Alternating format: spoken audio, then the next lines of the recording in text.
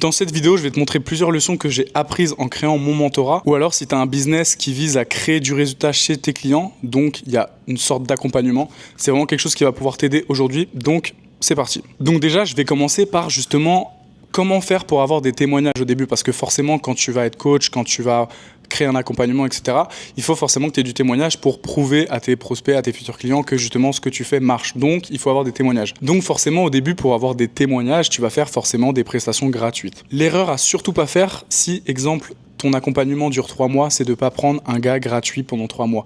Parce que déjà, il y a deux choses. Un témoignage, il te suffit d'une semaine ou deux pour avoir déjà un témoignage solide. Donc ne pas perdre de temps pendant 3 mois avec des clients gratuits juste pour avoir un témoignage.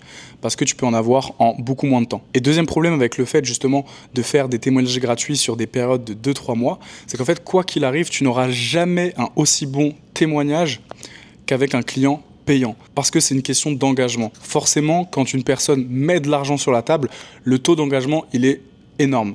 Et forcément, quand une personne ne paye pas chez toi, elle est forcément moins engagée parce qu'il n'y a pas cette pression financière qui vient derrière pour vraiment le pousser à l'action. Il y a énormément de personnes qui payent une formation ou un accompagnement, mais en réalité, elles achètent de la discipline.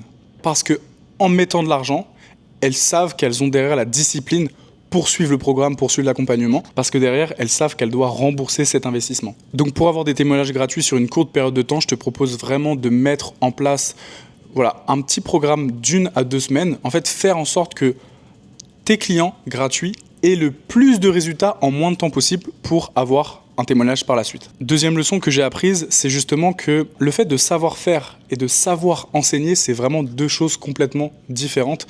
T'as beau avoir réussi à atteindre certains résultats, pour dupliquer ces résultats sur une autre personne, c'est absolument d'autres compétences. Donc la question que je me suis vraiment posée au début pour vraiment pouvoir délivrer au maximum et avoir les meilleurs résultats clients, c'est comprendre qu'est-ce qui m'a permis d'en arriver à là. Qu'est-ce qui m'a permis de faire ce choix-là? Qu'est-ce qui m'a permis d'avoir cette compétence? Et en fait, forcément, au début, quand tu vas créer un accompagnement, il faut vraiment que tu fasses une grosse introspection sur toi pour comprendre plein d'aspects de ta vie qui t'ont permis d'arriver là où tu en es aujourd'hui. Et c'est pas forcément que des choses business. Il y a énormément d'anecdotes personnelles que j'ai utilisées pour faire comprendre quelque chose à mes élèves. Et donc, toute cette réflexion, ce qu'il va falloir que tu fasses, c'est justement créer des schémas, des étapes claires et précises pour pouvoir les dupliquer et pour pouvoir faire en sorte que tes élèves puissent arriver le plus rapidement au résultat souhaité. Donc s'introspecter, comprendre comment toi déjà tu as fait pour en arriver là et après mettre en place justement des étapes claires, que ce soit sous forme de modules vidéo, que ce soit sous forme de template, de peu importe en fait les ressources que tu vas utiliser, c'est vraiment créer des étapes pour raccourcir le temps entre le premier jour où justement ton client rejoint et justement à l'atteinte de ses résultats. Troisième leçon, c'est justement de comprendre que malheureusement tu ne peux pas aider tout le monde. Si aujourd'hui ton élève n'est pas engagé à 100% dans l'application de tes conseils et justement vraiment sur sa coachabilité tout simplement, c'est juste impossible de donner des résultats à ce genre de personnes. C'est pour ça qu'il faut vraiment que tu surveilles qui tu fais rentrer dans ton accompagnement. Et je reprends justement sur le premier point, le fait d'avoir des clients gratuits, ce qui fait qu'ils ne sont pas engagés, ce qui fait que tu ne vas pas forcément avoir des résultats clients. Et il faut comprendre que dans la sphère du coaching, de l'accompagnement, il y a énormément de concurrence. Et aujourd'hui, tu ne peux pas te permettre d'avoir des clients qui ne sont pas satisfaits. C'est juste pas possible pour toi. Il y a tellement de concurrence, tellement de coachs. Ton but aujourd'hui, c'est juste que tous tes clients soient satisfaits. Et c'est une erreur que j'avais faite au début. Avant mon mentorat, c'était 3 mois. Et à la fin de ces 3 mois-là, c'était fini. Maintenant, je ne te lâche pas tant que tu n'es pas autonome sur toutes les compétences sur lesquelles je devais te former. Peu importe si ça prend 3, 4, 5 mois. Je suis vraiment très attaché à mon résultat client parce que je sais et j'ai compris que c'est ce qui est le plus important aujourd'hui en 2025 quand tu fais du coaching, quand tu fais de l'accompagnement. C'est pour ça qu'en tant que coach, il ne faut pas que tu penses que tu es le seul responsable des résultats de tes élèves. Parce que, évidemment que ton rôle a une grosse importance, mais le rôle de tes élèves et l'engagement qu'ils vont mettre et la charge de travail qu'ils vont mettre, elle est hyper importante. Et c'est pour ça que c'est aussi ce que j'apprends à mes élèves. Mais il faut non seulement que tu aies des prospects et des futurs clients qualifiés, mais surtout éduqués. Et c'est-à-dire que j'avais fait une vidéo aussi, je pourrais te la remettre en bio si tu veux, sur rajouter de la bonne friction, pour qu'en fait, quand tu es en appel de vente, tu as des personnes qui sont déjà qualifiées, qui ont déjà la dalle, qui ont déjà envie de réussir. Et tout ce travail-là, justement, un peu mindset, sur motiver les gens, c'est plus ton problème parce que toi, en fait, ce que tu veux leur apprendre, c'est des compétences concrètes. T'as pas envie d'être un babysitter, t'as pas envie d'être toujours là à leur dire non mais tu sais, ça va aller, etc. Alors oui, évidemment, dans tout accompagnement, il y a du mindset, mais il faut que tu aies des personnes qui ont de base vraiment envie de changer les choses. Il faut que tu aies des personnes qui ont justement fait tout ce travail un peu interne au préalable avant de démarrer avec toi. Donc ton rôle, c'est forcément aussi d'arriver vraiment à trouver les mots pour faire en sorte de réveiller ce conquérant chez tes élèves. Si jamais ils ont un peu du mal, si jamais tu arrives vraiment à t'identifier à lui, tu te dis putain mais lui il ressemble vraiment comment j'étais il y a 3-4 ans, tu vas avoir exactement les bons mots pour le réveiller. Donc ça c'est aussi forcément quelque chose que tu dois faire pour vraiment motiver tes élèves et les rendre disciplinés. Mais il faut forcément que de base il y ait cette petite flamme, tu vois, cette flamme de réussir, cette flamme de vouloir entreprendre, cette flamme vraiment de vouloir réaliser leurs rêves. Et ça malheureusement tu peux pas vraiment les aider dessus s'ils n'ont pas déjà cette petite étincelle en eux. Quatrième leçon, c'est vraiment de trouver sa niche, mais d'être précis, extrêmement précis. Trouver son positionnement, son avatar client et sa manière de comment tu t'adresses à ton audience. Forcément, au début, quand tu vas lancer ton accompagnement, c'est un peu flou, tu sais pas vraiment qui tu peux aider. Forcément, tu n'as pas énormément de data sur tes clients pour savoir ce que tu dois améliorer ou pas. Donc, il faut vraiment que tu sois en capacité de t'adapter. Et sincèrement, si tous les 2 mois, tu sens que ok, bah là, faudrait que j'enlève ce type de client parce que j'ai eu plus de résultats sur tel client, du coup, je vais m'orienter plus sur tel type de client parce que c'est vraiment avec eux que j'ai kiffé le plus travailler, que j'ai eu le plus gros résultats, etc. Il faut vraiment que tu sois adaptable. Il faut vraiment que tu regardes ton business, que tu le traques. Parce que le problème au début, c'est pas forcément toi, c'est plus le choix du marché que tu as choisi de cibler justement. Il faut vraiment que ton positionnement soit très très précis et ça, peu importe aujourd'hui ton business, que tu fasses du coaching, de l'infopreneuriat ou juste que tu es entrepreneur, du moment que tu as quelque chose à apporter au monde, il faut vraiment que tu aies un positionnement clair, net, précis pour vraiment que tes prospects se sentent concernés dès qu'ils regardent soit du contenu, soit des ressources que tu as créées, etc. Il faut vraiment qu'ils se sentent concernés dans ce que tu fais et donc ton positionnement doit être précis. Plus tu vas vraiment affiner ton avatar client, plus tu vas pouvoir vraiment créer des ressources qui vont vraiment pouvoir te permettre de décorréler ton temps par rapport aux résultats de tes clients. Parce que forcément au début, par exemple, quand j'ai créé mon mentorat, j'avais quelques ressources, etc. C'est plutôt général, etc. Et plus j'avançais, plus je créais des ressources vraiment précises, plus j'affinais mon positionnement, plus j'avais un avatar client précis, plus du coup, vraiment, c'était percutant dans ce que je racontais. Et du coup, j'ai eu de plus en plus de ressources, de modules de formation, etc. qui me permettent vraiment, en fait, de prendre moins de temps à expliquer à chaque élève ce qu'il faut faire. Et du coup, moi, ça me permet justement de travailler uniquement la personnalisation de mes conseils par rapport à leur business. Donc en fait, ils ont déjà eu toutes les bases, ils savent exactement quoi faire et moi, maintenant, je vais mettre mes mains dans leur business pour adapter mes conseils que je donne à tout le monde par rapport à leur business. Mais au moins, ils ont vraiment compris les bases et ce système-là fait que tu crées un temps monstre. Là où justement, avant, je faisais vraiment l'erreur en fait, je me répétais avec chaque élève. Par exemple, avant, mes élèves, justement, ma cible n'était pas assez précise et du coup, j'avais vraiment des profils très très différents, ce qui fait qu'en fait, je devais à chaque fois tout reprendre à zéro. Vu que j'ai affiné, c'est vraiment duplicable. Donc aujourd'hui, c'est absolument ce que tu dois faire, c'est trouver un avatar client cible, une niche précise pour pouvoir décorréler ton temps, créer des ressources qui travaillent à ta place et toi, ton rôle, c'est uniquement de travailler, de personnaliser en fonction du business de chacun de tes clients, mais tu n'es pas obligé de reprendre tout à zéro à chaque fois.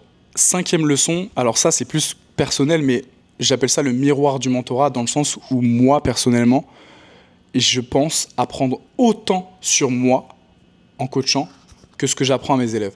Parce qu'en fait, forcément, quand tu coaches, tu cherches tout le temps à t'améliorer, à avoir de nouvelles compétences, de nouvelles connaissances pour pouvoir délivrer plus et que ton produit soit encore mieux.